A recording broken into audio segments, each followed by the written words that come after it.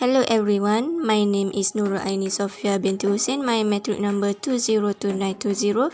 So today I will present a topic which is about camera. What is camera?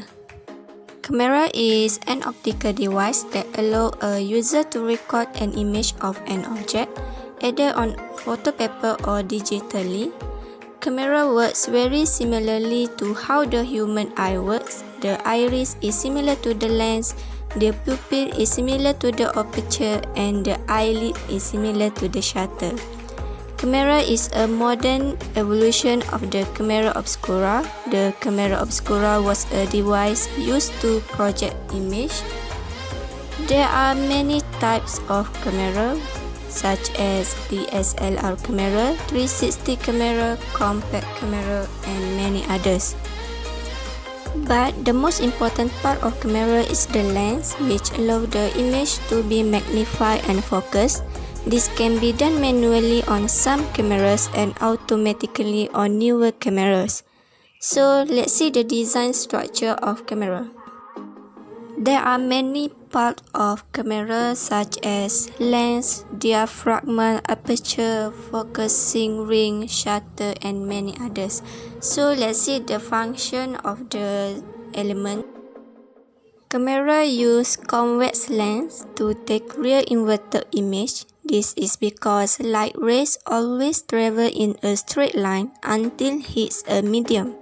So for the convex lens, it used to focus the light of an object onto the film so that a sharp image can be produced.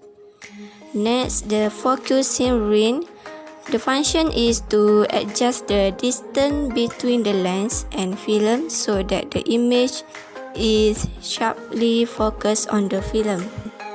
For the aperture, it is to control the amount of light that enters to the camera and also to control the depth of field of the photograph produced. Next, the shutter will open when picture is taken to allow light move onto the film. The shutter speed is the length of time when the shutter is open. It controls the amount of light move onto the film. Next, the diaphragm. It is to control the size of the aperture and hence control the amount of light move into the camera. Next, let's see how camera works. As we can see the picture, camera use convex lens or converging lens. So the light will go into the camera through the convex lens and then it will reflect at the mirror. After that, the reflected light will go into the prism and they will undergo total internal reflection. Then lastly, it will go out through the viewfinder. Camera use many optics concepts, especially for the lens, such as reflection and total internal reflection. Total internal reflection means it completes reflection of a ray of light within a medium such as water or glass from the surrounding surface back into the medium. The phenomenon occurs if the angle of incidence is greater than a certain limiting angle, which is called as critical angle. In general, total internal reflection takes place at the boundary between two transparent media when a ray of light in a medium of higher index of refraction approaches the other medium at an angle of incidence greater than the critical angle. For the prism in the camera, when a ray of light strikes a face of prism perpendicular, it enters the prism without deviation and strikes the hypotenuse at an angle of 45 degrees.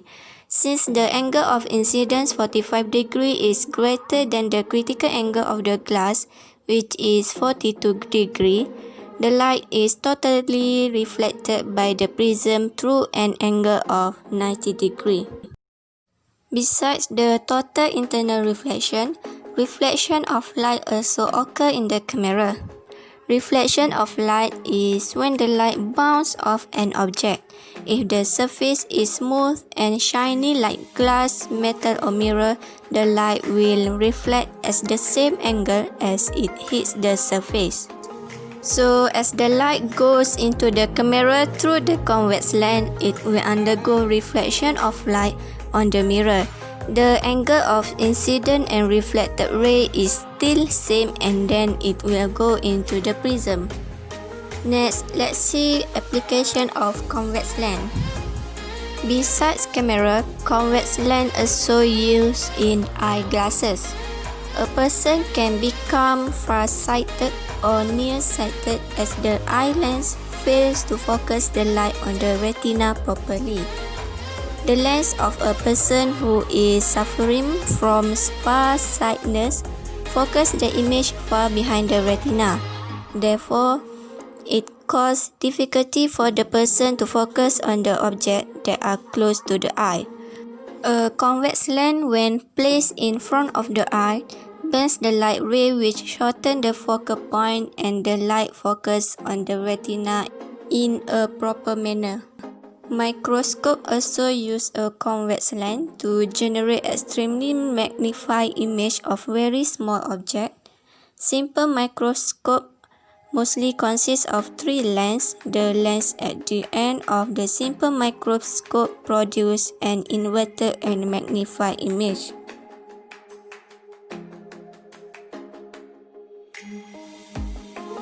For the plane mirror, it used in many applications in our daily life, such as torchlight. It is used in torchlight and flashlight to reflect light beams, and even used in overhead projector for the same reason. It also used in periscope, which is used in submarine.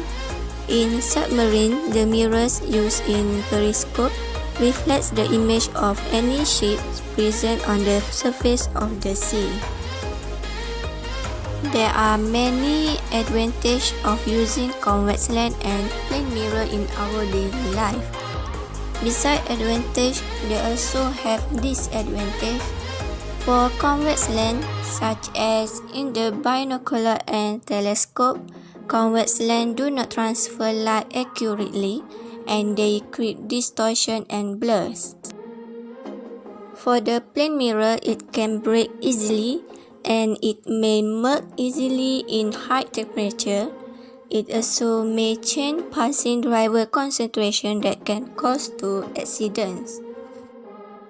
In conclusion, there are many optic concepts that we use in daily life, such as reflection of light, total internal reflection of light, refraction, and many others.